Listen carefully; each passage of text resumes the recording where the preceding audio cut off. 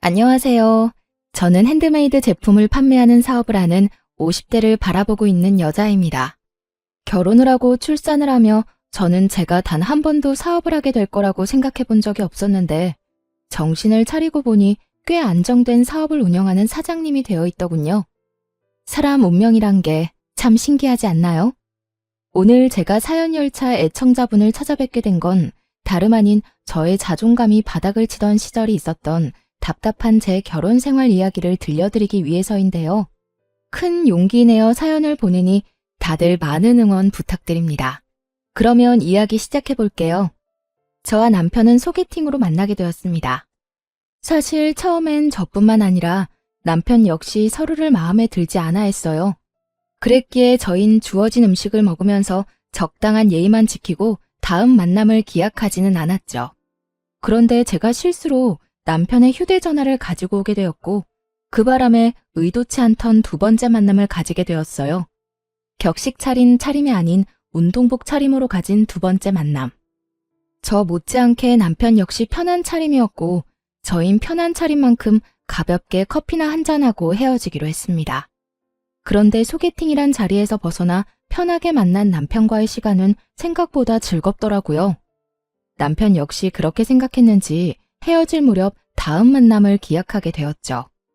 그렇게 만남을 이어오다 3년이 되던 어느 날 저흰 결혼을 하게 되었고 남편과 제 사이엔 어느새 7살 아들이 자라고 있었죠. 신혼 때는 저 역시 직장 생활을 하고 있었습니다. 하지만 출산과 육아를 하며 일을 병행한다는 건 너무 힘든 일이었죠. 엄마, 나 어린이집 싫어. 가기 싫어. 도연아, 엄마도 도연이랑 헤어지는 거 싫어. 그런데 엄마도 해야 할 일이 있는걸? 엄마는 회사에 가서 일을 해야 하니까 도연이는 어린이집 가서 친구들하고 선생님이랑 조금만 놀고 있어. 엄마가 빨리 도연이 보러 갈게. 싫어. 도연이는 싫다고. 말이 터지기 시작하니 아들은 본격적으로 어린이집을 거부했고 전 결국 복직을 하고 3개월 만에 직장을 그만두게 되었습니다. 처음엔 남편도 제가 일을 그만두는 걸 반대한다거나 싫어하진 않았어요. 오히려 반기는 쪽이 가까웠죠. 아무래도 도연이 때문에 직장 생활을 더 하는 건 무리인 것 같아. 아침마다 전쟁도 그런 전쟁이 없어. 가기 싫다는 아들 떼어놓고 출근하는 내 맘도 편하지 않고.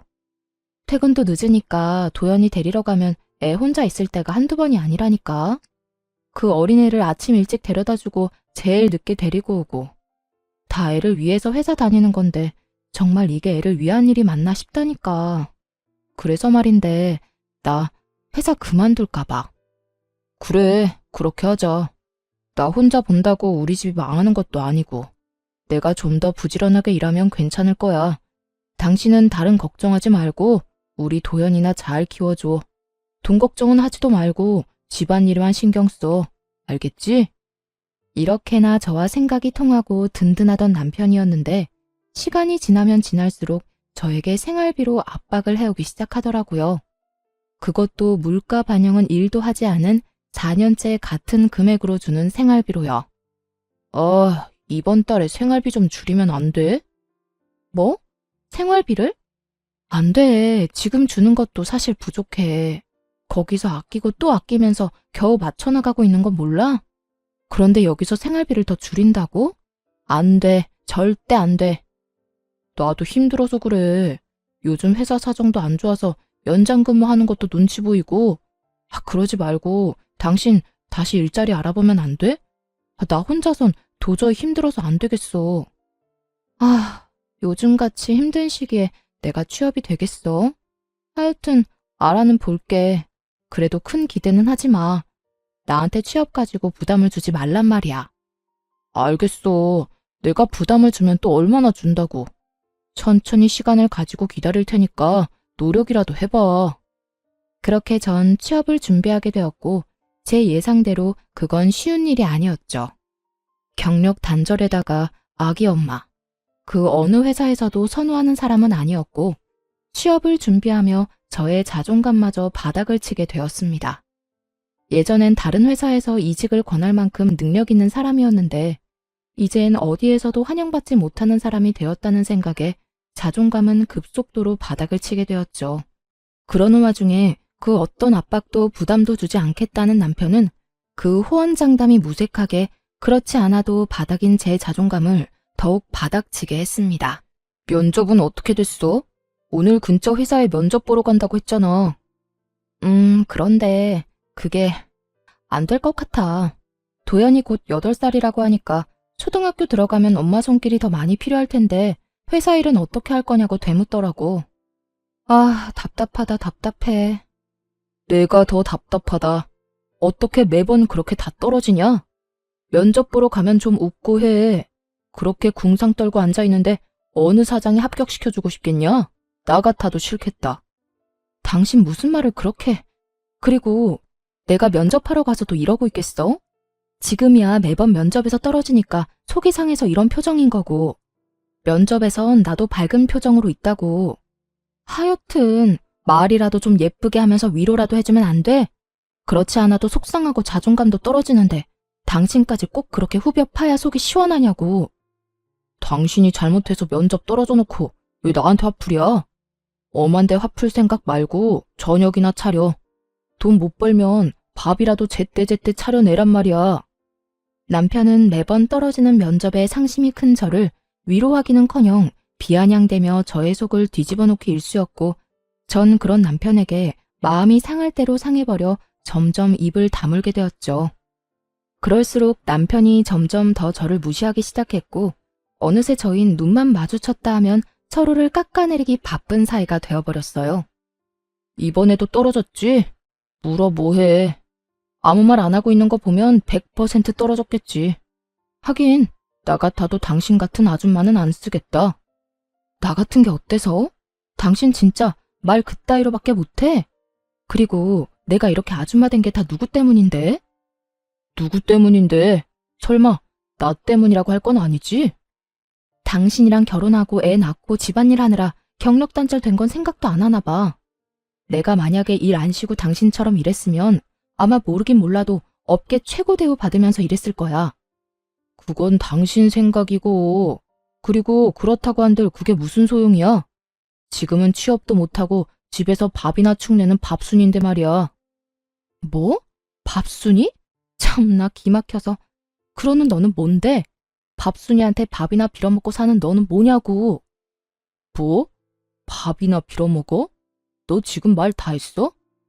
됐다. 말을 말자. 내가 무식한 여팻네랑 무슨 말을 하겠어? 이렇듯 끝은 무식한 여팻네였고 전 여팻네 말만 들으면 치가 떨릴 정도로 무시를 당하고 있었습니다. 그렇게 무시가 일상이 되던 어느 날 친정엄마의 생일이 다가왔고 전 늘 그렇듯 돈을 뽑아 봉투에 돈을 넣고 있었어요. 다른 때는 1년에 한 번 드리는 용돈이기에 시댁 친정 구분 없이 50만 원씩 드리고 있었지만 남편 놈과 돈과 취업 때문에 다툼이 잦은 시기라 눈치가 보이더라고요. 그래서 고민하다 30만 원만 마련하게 되었고 그 돈을 봉투에 넣고 있었죠. 고작 30만 원에도 이렇게 눈치를 보고 살아야 하느냐는 마음에 참 속이 상하더라고요. 서럽기도 했고요. 말이야 바른 말이라고 육아하고 살림 사는 걸 시급으로만 따져받아도 이렇게 부모님 용돈 드리는 것까지 눈치 볼 일은 없었을 텐데 이딴 남편을 둔 가정주부들의 한탄스러움이 정말 무엇인지 단번에 느껴지는 날이었습니다. 그렇게 한탄스러우면서도 남편의 눈치나 살펴야 하는 저 자신과 처지가 싫기도 했고요. 그렇게 한숨을 푹푹 내쉬며 봉투를 준비하는데 남편이 방으로 들어오더라고요. 방으로 들어온 남편은 그냥 저를 스쳐 지나가는가 싶더니 제 손에 들린 봉투를 보곤 걸음을 멈춰 저에게 물어오더라고요. 웬 돈이야? 전혀 아무것도 모른다는 표정에 저는 반사적으로 고개를 들어 남편을 노려봤고 저의 눈빛에 의아해하던 남편은 이내 엄마의 생일이란 게 떠오른 듯 재빨리 말을 하더라고요. 아, 장모님 생신이지? 이번 주 주말에 같이 밥 먹기로 했어. 시간 괜찮지? 주말에? 나 안 돼. 당직 잡혀서 회사 나가봐야 해. 진작 말해주지. 일찍 알았으면 다른 사람이랑 미리 바꿨을 텐데. 당직이라 사실 알고 있었어요. 당직이 아니라는 걸 말이에요. 남편은 평소 가지고 다니는 수첩에 당직 날은 습관적으로 표시해두곤 했는데 엄마 생일이 있던 달이라 미리 남편 수첩을 확인했었거든요. 그래서 그날로 엄마와 약속을 잡은 거였기도 하고요. 하지만 남편은 당직이라며 저를 속였고 전 그 거짓말에 속아 넘어가기로 했습니다. 그 당시 남편과 전 사이가 너무 좋지 않았고 그런 남편과 함께 식사 자리를 가서 아무리 사이 좋은 척을 해봤자 저의 모든 걸 다 알아차리는 귀신 같은 엄마가 모를 리 없을 테니까요. 그래? 뭐 어쩔 수 없지. 엄마가 당신 좋아하는 중식당 가자고 해서 예약해놨는데 취소하고 한식당으로 가야겠다. 사실 엄마는 중식보단 한식 좋아하시잖아. 한식당 갈 바엔 그냥 집에서 대접해. 괜히 나가서 식당에 돈 버리지 말고. 그리고 친정에 주는 용돈도 좀 줄여. 우리 형편에 50만 원이 가당키나 해. 아무리 1년에 한 번 주는 용돈이지만 요즘 같을 때는 너무 부담이야. 제가 알아서 30만 원을 챙겼을 때의 기분과 남편이 강요하는 상황의 기분은 정말이지 천지 차이더군요. 부담인 거 다 아는데 그래도 굳이 말을 그렇게 해야 해? 그리고 당신이 그렇게 말하지 않아도 30만 원만 뽑아왔어. 어련히 알아서 하지. 내가 당신이 그렇게 힘들다는데 50만 원씩 뽑아왔겠어? 잘했다 칭찬까진 바라지 않았어도 적어도 제가 이렇게까지 말한다면 최소한 침묵이라도 해줄 거라 생각했는데 그건 정말 저의 큰 착각이었더라고요. 30만 원을 드린다는 제 말에 남편이 화를 내며 펄쩍 뛰기 시작했으니까요. 뭐? 30만 원? 그것도 너무 많지. 10만 원만 드려. 아니, 그건 너무 심한가? 그래, 인심 썼다. 15만 원. 15만 원 드리고 식사 대접도 우리 집에서 해. 당신이 다 만들면 되잖아. 뭐? 너 진짜 양심 어디 갔니? 20만 원도 아니고 15만 원? 너 진짜 치사하게 이럴 거야? 다른 것도 아니라 우리 엄마 생일이야. 1년에 한 번뿐인 생일. 그런데 뭐? 15만 원? 생일 그게 별거야? 매년 오늘 생일 다 형편에 맞춰서 해드리면 되는 거야. 자식 힘들다는데 설마 더 달라고 하시기야 하겠어? 형편 같은 소리 한다. 다른 건 몰라도 30만 원은 드릴 거니까 그런 줄 알아. 저는 고함을 꽥 질러버렸고 남편은 그제야 좀 심했다 싶었는지 머리를 긁적이며 아무 말도 하지 않더라고요. 그런 남편을 보고 있는데 정말 이혼이란 말이 목 끝까지 차올라 금방이라도 툭하니 튀어나올 것만 같았어요. 하지만 그 순간 안방에 걸린 가족 사진이 보였고 그곳에 행복하게 웃고 있는 아들의 얼굴이 제 시야에 꽂혔죠. 돌싱남 돌싱녀들이 TV에 나와 새로운 인연을 찾아 나설 만큼 흠이 아닌 세상이 되었지만 자식이 있으니 이혼이 쉽지만은 않더라고요. 특히나 곧 입학을 앞두고 있는 아들에게 아빠를 빼앗을 순 없는 노릇이기도 했고 무엇보다 그대로 이혼을 했다간 제 능력 부족으로 아들을 보지 못하고 살 것이 뻔했기에 전 참고 또 참으며 말을 삼킬 수밖에 없었습니다. 그렇게 울분이 담긴 봉투를 챙겨 엄마를 만났고 제 계획대로 엄마를 한식당에 모시게 되었죠. 고급 한식당이 아닌 그저 평범한 식당이었지만 엄마는 참 기뻐하시더라고요. 딸밖에 없네. 엄마 생일이라고 외식도 시켜주고 말이야. 에이, 엄마, 그런 말 하지 마. 더 좋은 곳에 모시고 싶었는데 미안해. 내가 취업만 하면 엄마 좋은 데 모시고 가서 거하게 대접할 테니까 그때까지 건강하기만 하셔요. 생신 축하해요. 그래, 고맙다. 요즘 많이 힘들지? 젊은 사람들도 취업이 힘들다고 난리던데 넌 더 힘들겠지. 그래도 너무 낙담하지 말고, 알겠지? 난 괜찮으니까 너무 걱정하지 마. 얼른 먹자. 나 배고파. 그렇게 식사 자리가 끝나고 계산을 하려는데 엄마가 미리 계산을 해버렸다고 하더라고요. 아마 힘든 딸에게 부담이 될까 화장실 가는 척을 하시며 미리 계산한 듯 했어요. 그것까지도 마음이 너무나도 속상했는데 집으로 돌아와 가방을 정리하던 저는 그 자리에 주저앉아 펑펑 울고 말았습니다. 제 가방 속엔 제가 엄마에게 드렸던 봉투가 고스란히 들어있더라고요. 30만 원이 아닌 100만 원이 든 돈 봉투가요. 봉투 안엔 짧은 편지 한 장도 있었는데 엄마는 연신 취업에 실패하는 딸이 안쓰러워 좋은 옷이나 한 벌 해입을 하며 돈을 넣어뒀다며 나중에 잘 되면 다 갚으라는 내용이었어요. 그날 밤 그 돈봉투와 편지를 안고 얼마나 울었는지 모릅니다. 죄송하기도 하고 서럽기도 해서요. 전 그 100만 원 봉투를 보며 다시 태어나기로 다짐했고 취업 대신 100만 원을 발판 삼아 다시 한번 큰 용기를 내기로 했죠. 제가 낸 큰 용기는 사업이었어요. 처녀 때 제가 하던 일은 다름 아닌 보석 디자이너였는데 보석을 디자인하던 그 당시에도 전 머리핀에 관심이 많았어요. 그래서 전 제가 제일 잘할 수 있으면서도 좋아하는 일로 새로운 도전을 해보기로 했습니다. 그간 가정주부로 산 세월이 얼만데 그 흔한 비상금 한 푼이 없더라고요. 얼마나 악착같이 가정에만 충실하게 살았는지 기특하다는 생각보단 멍청했다는 생각만 들었어요. 제 수중에는 부모님이 주신 100만 원이 전부였고 그 돈으로 머리핀 재료들을 구입해 핸드메이드 제품을 만들어 팔기 시작했습니다. 처음엔 제품 종류가 많진 않았어요. 하지만 하나 둘 사간 고객분들의 재구매율이 높아지며 매출이 올라가기 시작했고 감사하게도 입소문들을 내주셔 점점 주문수가 늘어갔어요. 그러다 제가 머리핀을 판매한다는 이야기를 들은 아들의 유치원 원장님이 대량 구매를 해주신 것도 모자라 원생들과 학부모님들께 선물로 나눠주시며 그 인기는 절정에 다다르게 된 것이었죠. 그렇게 100만 원으로 시작한 사업은 어느새 온종일 제품을 만들어도 모자랄 만큼 주문이 넘쳐나고 있었습니다. 혹시나 망할 수도 있는 일이고 혹여나 그렇게 된다면 또 남편에게 모진 말들을 들을 수 있으니 굳이 남편에게 알리지 않고 시작했었거든요. 그런데 저의 사업은 어느새 작업실을 따로 얻어야 할 정도로 규모가 커져 있었죠. 그렇게 몸도 마음도 바쁜 사이 시모의 생일이 다가왔고 저 역시 남편과 마찬가지로 참석조차 하고 싶지 않았지만 그랬다간 또 무슨 불호령이 떨어질지 모르는 일이니 참석하게 되었어요. 여보, 어머님 용돈 준비했어? 안 했으면 내가 은행 간 김에 뽑아올까? 아니야. 내가 준비했어. 그래? 식당 예약도 당신이 했다고 했지? 웬일이래? 평소에 귀찮다고 신경도 안 쓰던 사람이. 어디 예약했어? 집에서 가까워? 어딘지 말하면 당신이 다 알아.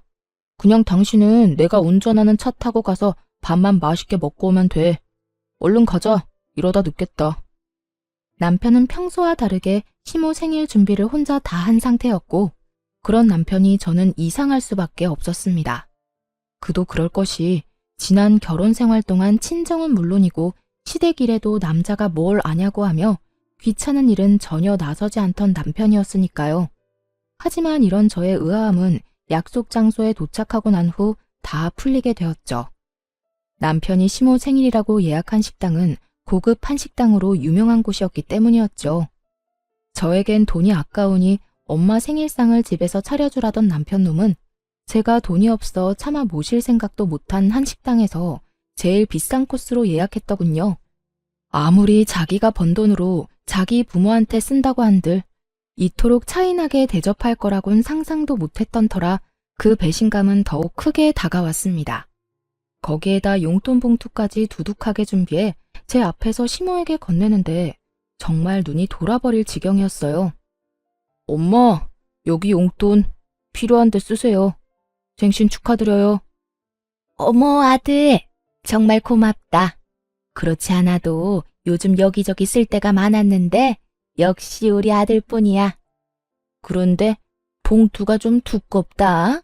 작년보다 훨씬 많은 것 같은데 요즘 우리 아들 벌이가 좀 되나 봐. 경기 안 좋아서 다들 힘들다고 난리던데. 역시 우리 아들 능력도 좋아. 에이, 얼마 안 돼요. 내년 생신 땐 더 드릴 수 있도록 노력할게요. 말이라도 고맙다, 아들. 화기애애한 그 분위기 속에서 진심으로 웃지 못하는 건 저뿐이었습니다. 우라가 치밀어 올라 당장이라도 그 상을 엎어버리고 싶은 걸 그야말로 죽을 힘을 다해 참고 또 참았어요. 그 순간 제가 표정 관리를 어떻게 했는지 무슨 말을 어떻게 했는지 기억이 나지 않을 정도니까요.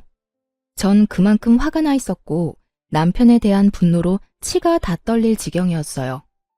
그렇게 인고의 시간이 지나고 집으로 돌아온 저는 그야말로 개거품까지 물며 남편에게 따져 물었어요. 너 진짜 이럴 거야? 이렇게 치사하게 나올 거냐고. 정말 화가 나는 게 남편의 태도였어요. 저는 화가 치밀어 올라 거품까지 물며 따지는데 남편은 정말로 아무것도 모르겠다는 표정과 목소리로 저에게 왜 난리를 부리냐고 하더라고요. 내가 뭘 어쨌다고 이 난리야? 전 이런 남편의 태도에 더욱 화가 났고 그간 쌓아왔던 울분을 토해냈죠. 몰라서 물어? 식당부터 시작해서 용돈까지. 우리 엄마 생일 때 너 뭐라고 했어? 돈도 없는데 집에서 모시라면서. 그리고 용돈은 또 어떻고. 20만 원도 아까우니까 15만 원 주라고 그렇게 화를 내놓고선 오늘 어머님께 드리는 거 보니까 적어도 100은 돼 보이더라. 어떻게 그렇게까지 차별을 할 수가 있어? 뭐든 적당히 해야지. 네 엄마만 부모고 내 엄마는 남이다 이거니? 엄연히 따지면 남이 맞잖아. 그리고 당신 엄마는 당신이 챙기고 우리 엄마는 내가 챙기는 게 당연한 거잖아. 당신은 오히려 나한테 고마워해야 해. 당신이 장모님한테 드린 용돈도 내 돈으로 드린 거잖아. 그러니까 지금 당신이 나한테 화낼 게 아니라 고마워해야 하는 거라고. 30만 원이든 15만 원이든 그게 얼마든 당신이 나 없었으면 그 돈을 줄 수 있었을 거라 생각해? 뭐? 당신 진심이야? 정말 진심으로 그렇게 생각하고 있는 거야? 그리고 더 솔직하게 말하면 나 사실 당신 집에 돈 주는 거 아까워. 형편이 좋으면 몰라. 솔직히 나 혼자 벌어서 양가 다 챙기는 게 쉬운 줄 알아? 솔직한 심정으론 처가에 주는 돈 우리 집에 다 주고 싶다고. 이렇게 말하는 남편놈을 보며 더는 대화할 필요가 없다는 생각이 들더군요. 매번 형편 타령하는 것도 어이가 없었고요. 저희요, 서울에 자가 있습니다. 그것도 대출 하나 없는 저희 집이요. 결혼할 때 정확히 반반으로 해서 마련했고 그래서 명의는 공동 명의였죠. 남편의 월급이 적은 것도 아니었고 적금, 생활비, 남편 용돈 등등 다 내고도 어느 정도 여유 있다는 거 저도 다 알고 있는데 그놈의 형편 타령에 입이 마르지 않는 지경이니 제가 얼마나 어이가 없겠어요. 오죽했으면 그냥 내가 자기 돈 쓰는 것이 꼴 보기 싫다고 하는 것이 도리어 남편이 덜 미울 것 같은 심정이었어요. 전 끊임없이 치사하게 구는 남편에게 이렇게 말했어요. 그래, 알겠다. 그러면 앞으로 당신 집은 당신이 챙겨. 내 집은 내가 챙길 테니까. 불만 없지?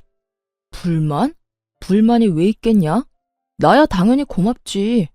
너 분명 네 입으로 그랬다. 각자 집은 각자 챙기기로. 남편은 각자 집을 챙기게 된다면 누구 손해가 큰지 전혀 알지 못하는 듯 하더군요.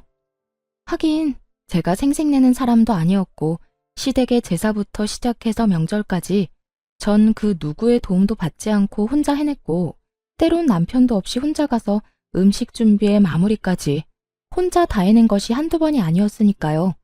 그것뿐인가요? 제 시모 쉬운 사람 아닙니다. 틈만 나면 전화가 와서 이런저런 잡일 다 시켜대는데 그게 얼마나 사람 미치게 하는지 남편은 전혀 알지 못하겠죠. 그런 모든 일들에서 해방시켜준다는데 제가 마다할 이유는 없었고 전 다시 한번 정확히 각자의 의미를 짚어주었죠. 그래, 알겠어. 앞으로 나 당신 집에 발길도 안 할 거야. 각자 집 챙긴다는 거엔 제사, 명절, 생신 다 포함되는 거 알지? 난 이 시간 이후부터 그 모든 걸 다 챙기지도 참석도 안 할 테니까 그런 줄 알아. 아, 물론 당신도 안 챙겨도 돼. 우리 집은 내가 알아서 챙길 테니까. 막상 제가 참석도 안 한다고 하자 남편은 잠시 멈칫하는 듯 했지만 친정에 쓰는 돈이 너무나도 아까운지 이내 알겠다며 약속 꼭 지키라고 하더군요. 그렇게 저흰 한 집에서만 사는 남보다 못한 부부 사이가 되었고 그렇게 시간은 흘러 아이가 초등학교에 입학을 하게 되었습니다. 제 사업은 완전히 자리를 잡게 되었고 매출은 월 1,000만 원이 되는 달이 늘어가고 있었죠. 능력이 된다는 건 참 좋더라고요. 아들의 작아진 운동화를 애써 모른 척할 필요도 없었고 20년째 쓰고 있던 친정의 세탁기를 바꿔주는 것도 걱정도 무리도 할 필요도 없이 할 수 있었으니까요. 30만 원을 주고 100만 원을 받아왔던 죄송했던 지난 생일과는 달리 엄마의 생일 선물로 500만 원을 드렸던 그날, 엄마도 울고 저도 울었습니다. 그렇게 제가 눈물로 행복한 날들을 보내는 사이 또다시 시모의 생일이 다가왔어요. 저희가 각자 집은 각자 챙기기로 한 후 처음 맞는 시모의 생일이었죠. 저는 약속한 대로 그리고 제가 선언한 대로 시모 생일은 신경 쓰지도 않았고 그랬기에 참석도 하지 않았습니다. 그 대신 전 엄마를 모시고 그때 시모의 생신날 갔던 저에겐 돈이 없어 차마 엄마를 모시고 가지 못했던 그 한식당에 가게 되었죠. 엄마와 전 가게에 들어서 예약한 룸을 향해 걸어 들어가는데 그곳에 남편과 시댁 식구들도 왔더군요. 혹시나 하는 마음이 있긴 했지만 같은 시간대에 만나게 될 거라고는 생각도 못했는데 이를 어쩌나 했어요. 하지만 다행스럽게도 남편을 제외한 시댁 식구들은 저를 보지 못했고 저를 발견한 남편만이 저와 눈이 마주치게 되었죠. 전 그런 남편을 무시한 채 재빨리 엄마를 모시고 룸으로 들어가 버렸고 그런 저의 태도에 화가 난 남편이 저를 주차장으로 불러내더군요. 왜 오라가라 난리야. 엄마랑 같이 온 거 못 봤어? 엄마 혼자 두기 그러니까 할 말 있으면 얼른 해. 너 진짜 이럴 거야? 휴대전화도 끄고 뭐 하느라 우리 엄마 생일에 얼굴도 안 내비친다 싶었더니 네 엄마랑 여기까지 밥 먹으러 왔어? 당신이 그러고도 며느리야? 어떻게 며느리가 시어머니 생일에 참석도 안 할 수가 있냐고. 이거 왜 이래? 우리 약속 잊었어? 각자 집 각자 챙기기로. 당신 그래서 우리 아빠 생일도 참석조차 안 했던 거 기억 안 나? 지난달 친정아빠 생일에 자신은 참석하지 않고 돈도 쓰지 않아도 된다며 신나서 콧노래까지 부르던 것이 기억이 나지 않는 것 같아 콕 집어주었죠. 제 말에 남편놈은 그제야 생각이 난 건지 얼굴까지 붉히며 저를 노려보더군요. 그렇게 보면 어쩔 건데 다 당신이 자초한 일이야. 그러니까 나한테 여기서 괜한 시비 걸지 말고 들어가서 네 가족들이랑 시간 보내. 제 말에 할 말이 없어진 남편은 씩씩거리는가 싶더니 저에게 손을 내밀더니 이렇게 말했어요. 내놔, 내 카드. 뭐? 내 카드 내놓으라고. 당신 여기 내 카드로 결제하려고 했지? 그런데 어쩌냐? 나는 내 돈으로 당신하고 당신 가족 배불려 줄 생각 전혀 없는데. 사람이 변해도 어떻게 이렇게까지 변할 수가 있는 것인지 그 순간 저는 이때껏 왜 이런 남자와 뭐 때문에 함께 살았나 하는 생각이 다 들더군요. 전 남편의 손에 카드를 던져주다시피 돌려주며 이렇게 말했어요. 아, 그래? 이까지 카드 한도 얼마나 된다고 이 난리야? 이딴 카드 쓸 일도 없고 앞으로도 줄 필요 없으니까 당신이 다 해. 이걸로 사랑하는 당신 가족 밥이나 사주면 되겠네. 제 말에 남편은 코웃음까지 치며 이렇게 묻더라고요. 뭘 믿고 이러는 거야? 어디 취업이라도 했어? 네, 그래요. 전 그때까지도 제가 사업을 하고 있으며 그 사업으로 대박이 났다는 사실을 알리지 않고 있었어요. 아니, 정확히는 알릴 수가 없었죠. 남편놈은 저와 한바탕 하고 난 후 생활비조차 주지 않고 있었고 그렇게 무책임하게 굴면서도 단 한 번 저에게 돈이 필요하지 않냐고 묻지도 않았으니까요. 그런 남편에게 굳이 제가 알릴 필요도 알릴 틈도 없었던 겁니다. 취업은 무슨? 내가 어떻게 취업을 하겠어? 틀린 말은 아니었어요. 사업으로 성공을 하게 됐지만 취업에 성공한 건 아니었으니까요. 제 말을 들은 남편은 더욱 의아하다는 얼굴로 저에게 따져 묻기 시작했어요. 그러니까 내가 생활비도 안 주는데 네가 무슨 돈이 있어서 여기를 왔냐고. 당신이 생활비 준 게 언제인지 기억도 안 나는데 그동안 생활은 걱정은커녕 아들 용돈 한 번 걱정하는 법이 없더니 고작 식사 한 끼 네 돈으로 사줄까 봐 걱정은 되는가 봐. 그래, 여기가 얼마나 비싼 식당인데 당신 같으면 걱정 안 되겠어? 걱정하지 마. 나 취업은 못했는데 사업이 대박이 났거든. 그래서 우리 엄마 모시고 여기 정도 올 돈은 있어. 뭐? 사업? 당신이 무슨 사업이야. 집에서 살림만 하던 여자가 사업은 무슨. 괜히 자존심에 나한테 거짓말하는 거지? 그래, 그거네. 자존심이 밥 먹여주는 거 아니니까 거짓말 그만하고 지금이라도 장모님이랑 빨리 나가. 여기 정말 비싸다니까. 제 말은 전혀 믿지 못하고 행여나 자신에게 빈대라도 붙을까봐 벌벌 떠는 남편을 보며 비로소 오늘이 그날이구나 싶더라고요. 저희가 그 긴 세월의 인연을 끝내고자 이혼을 말하게 되는 날 말입니다. 엄마랑 내 밥값은 내가 알아서 해결할 테니까 당신은 신경 쓰지 마. 아니다. 그냥 마음대로 생각해라. 그리고 만난 김에 이야기 나누게 된 김에 한마디 더 할게.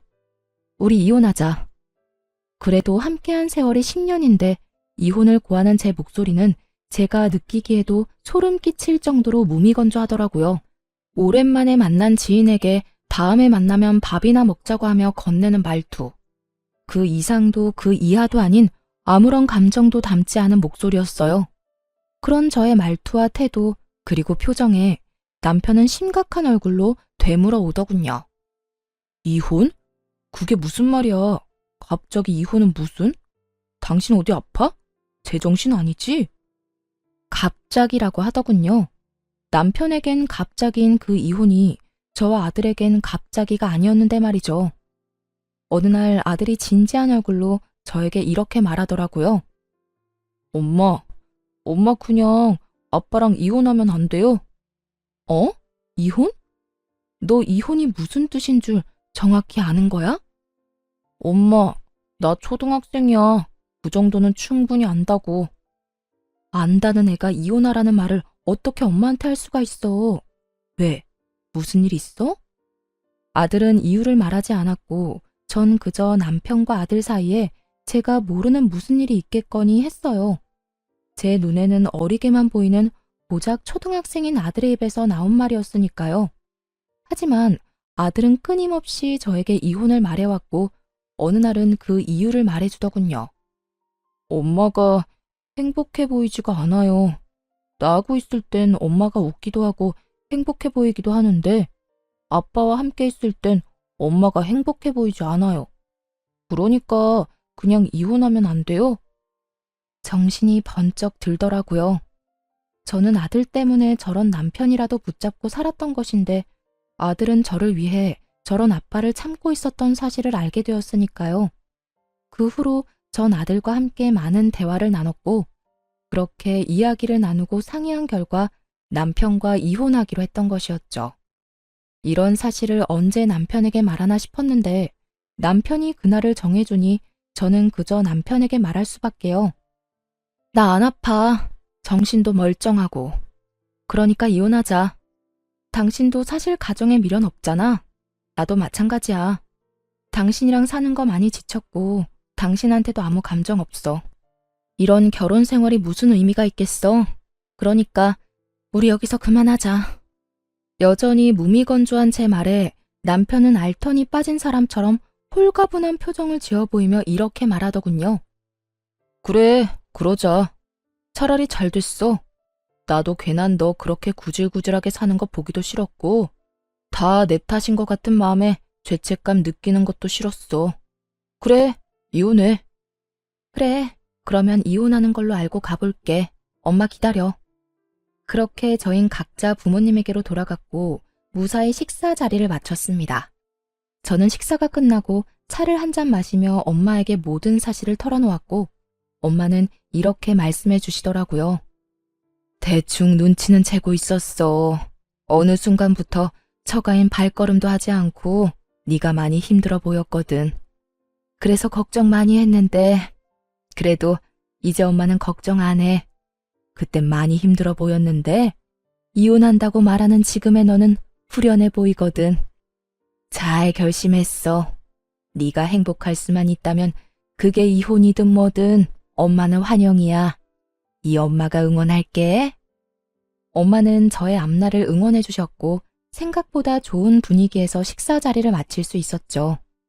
하지만 이런 저희 집과는 달리 시댁은 난리가 난 듯 하더라고요. 집으로 가기 위해 주차장으로 가니 시모가 고래고래 소리를 지르며 제 욕을 하고 있는 꼴을 보아하니 말이에요. 그년이 이혼하자고 했다고? 그래, 그까짓 이혼해. 애는 애 엄마한테 키우라고 하고 양육비는 월 20만 원만 줘. 그리고 애는 우리가 보고 싶을 때마다 본다고 하고. 알겠어? 어디 땡전 한 푼도 못 버는 거 그래도 애 엄마라고 참고 살게 해줬더니 뭐? 이혼? 그까짓 이혼 당장 해라. 그게 요즘 사업한다나 봐. 꽤 잘 되는 것 같던데. 그러고 보니 하고 다니는 것도 좀 바뀐 것 같기도 하고. 집에서 놀고 먹던 게 사업이라고 해봤자 그게 뭐 잘 되겠니? 다단계는 아닌지 몰라. 사업을 하든 취업을 하든 그 물건 못 쓸 물건이니 이혼해. 이런 대화는 저는 물론이고 친정엄마까지 듣게 되었고 엄마의 표정은 좋지 않았습니다. 저 옆앤내가 누구한테 감히 욕짓거리를 하는 거야? 내가 진짜 저 옆앤내를? 엄마, 참아. 여기서 흥분해봤자 좋을 거 하나 없어. 괜히 말 섞지 말고 그냥 가자. 무시가 답이니까. 엄마를 달래며 잡아끄는 행동과는 다르게 당장이라도 달려가 내 수익이 월 1,000이다 라고 외치고 싶었지만 그렇게 한다고 한들 뭐가 남겠어요? 전 말로 하는 대신 그들을 지나쳐 제 차에 올라탔고 그 순간 그 사람들의 눈빛을 아직도 기억합니다. 뭐니? 쟤 도연애미 아니니? 저거 비싼 차 아니야? 쟤가 왜 저 차에 타는 거야? 그러게 저 차 1억짜린데 엄청 비싼 차인데 왜 저기에 여보 남편은 제 차 문을 붙잡고 늘어지더라고요.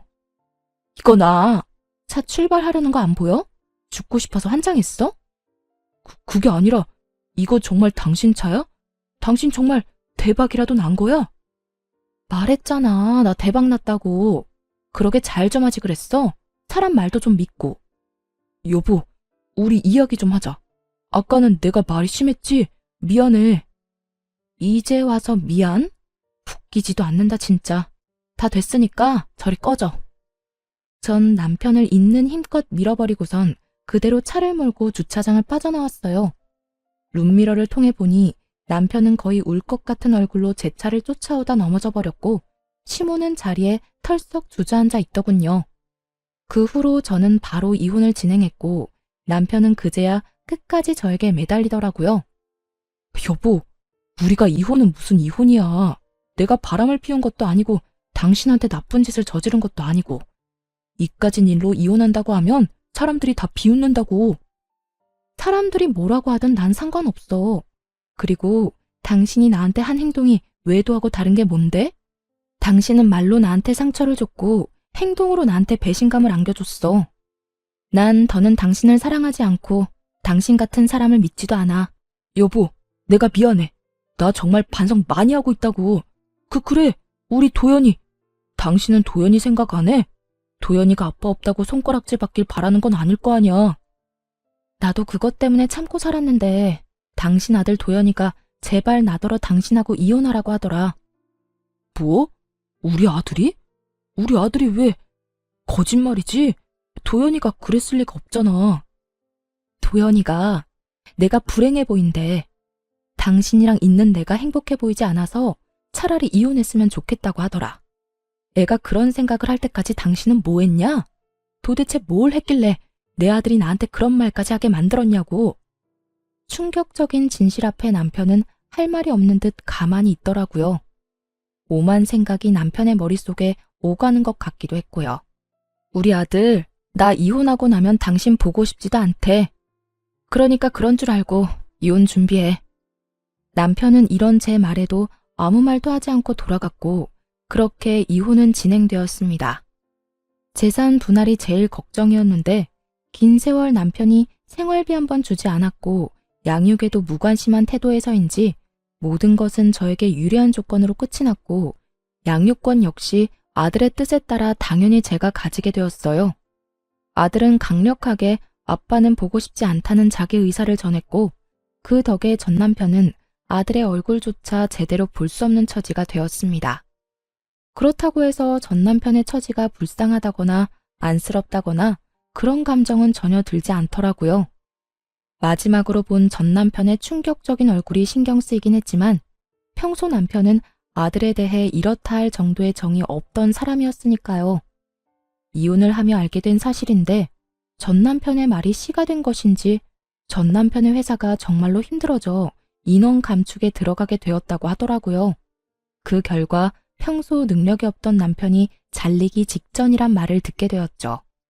거기에다 그간 전 남편에게 뭐든 넙죽넙죽 잘 받던 전 시모는 막상 전 남편이 이혼한 것도 모자라 회사까지 잘려 전 시댁에 신세를 질 위기에 놓이자 딱 잘라 안 된다며 내쫓아버렸다고 하더군요. 이러한 사실은 전 시모의 입을 통해 직접 듣게 되었죠. 무슨 일로 전화까지 주셨어요? 저 이제 어머님 며느리 아닌데요. 나라고 전화하고 싶어서 한 줄 아니? 네 남편 여기 왔다 갔다. 제 남편 아니고 어머님 아들이요. 저 이혼한 거 잊었어요? 그래, 내 아들. 방금 너랑 이혼하고 회사까지 잘린 내 아들 왔다 갔다. 꼴을 보아하니 마땅히 오갈 데도 없는 것 같더구나. 그렇다고 내가 나이가 몇 살인데 이 나이에 아들까지 끼고 살 순 없는 노릇이라 그대로 내쫓았다. 잘하셨네요. 그런데 그걸 왜 저한테 말하세요? 저는 궁금한 적도 알고 싶지도 않은데요. 말버릇하고는... 에휴, 너 화난 거 나도 안다. 그런데 들어보니 너도 잘한 거 하나 없더구나. 그러니 너도 잊지 마고 그만 아범 데리고 가거라. 아무리 밉다고 해도 네 새끼 아빠인데 저대로 둘 수는 없는 노릇이지 않니? 내가 보아하니 반성 많이 한 듯하니 데리고 가서 잘 구슬려서 데리고 살아. 알겠니? 이혼한 지가 언젠데 왜 그때까지 제게 시모짓거리를 하려고 하는지 이해가 되지 않더라고요.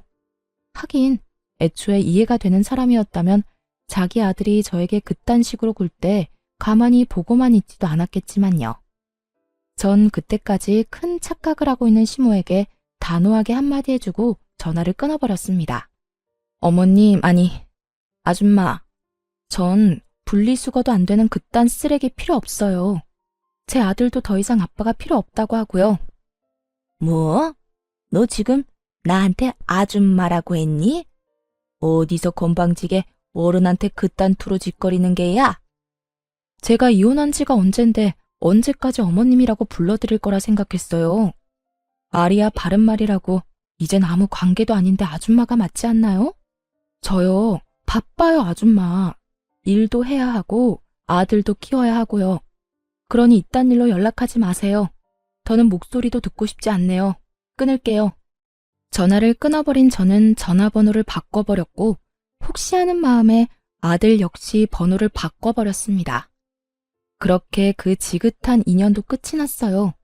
그 후 저는 아들과 함께 잘 살고 있습니다. 이혼을 하고 난 후 제법 자란 아들이 저에게 이런 말을 해주더라고요. 엄마, 이제 정말 엄마가 행복해 보여. 그래서 나도 행복해. 그러니까 엄마, 앞으로도 많이 행복해 해줘. 나도 행복하게 말이야. 아들, 고마워. 사랑해. 나도 사랑해, 엄마. 그 말에 왈칵 눈물이 쏟아져 내리더라고요. 품 안에서 울고 웃던 아들이 어느새 자라 엄마의 행복이 자신의 행복이라 말하는 걸 보며 눈물이 나기도 했고 행복함에 웃음이 나기도 했으며 아들에게 참 고맙기도 했습니다. 만약 그 힘든 시절 아들의 말이 아니었다면 저는 어떻게 됐을까요? 그 쓰레기 같은 인간과 부부란 이름으로 아무 의미 없는 관계를 유지하며 제 인생을 갉아먹고 있지 않았을까요? 그 모든 것이 아들을 위한다는 큰 착각 속에서 말이죠. 그 삶은 결코 행복하지 않았을 뿐더러 끝도 없는 불행에 저는 병들어갔을 겁니다. 여러모로 아들의 존재가 오늘따라 더 감사하게 느껴지네요. 전 앞으로도 아들을 잘 키우는 것은 물론이고 힘들게 자리 잡은 제 사업이 흔들리지 않게 잘 유지하며 제 행복을 위해 살아갈 예정입니다. 제가 행복해야 아들 역시 행복하다고 하니 부지런히 행복해 보려고요. 때론 혼자인 것이 이겨낼 수 없을 정도로 힘이 드는 날이 오겠지만 둘이어서 외로울 때보단 그게 뭐든 덜 힘들지 않겠어요? 전 그게 뭐가 됐든 이겨낼 자신이 있거든요. 이로써 저의 긴 사연도 끝이 났네요. 저는 이혼을 마음먹기 전까진 이런 것도 이혼 사유가 될 수 있나 하는 걱정을 많이 했던 것 같아요. 그 어느 날 전 남편이 했던 말처럼 남편은 외도를 저지른 것도 저에게 폭력을 행사한 것도 아니었으니까요. 하지만 이혼을 진행하며 변호사와 많은 상담을 했는데요. 평생을 함께 살아가야 할 동반자가 내게 무시와 멸시를 밥 먹듯이 한다면, 또 처가와 시가를 대놓고 차별한다면 그것 또한 저와 제 아들에게 정신적 가해가 될 수 있다는 것을 깨달았습니다. 제가 이런 말까지 하는 이유는 세월이 많이 변해도 집에서 육아하며 집안일 하시는 많은 분들 중에 아직도 저처럼 무시당하며 눈치를 보며 사시는 분들이 많이 있더라고요. 가정주부 여러분, 육아와 집안일도 엄연한 일입니다. 가정에서 가장 중요한 일이죠. 그러니까 너무 눈치 보고 주눅이 들어 살지 마세요. 할 말은 하고 살자고요. 그럼 저는 이만 물러가 볼게요. 긴 시간 함께 해주신 모든 분들 감사합니다. 행복하세요.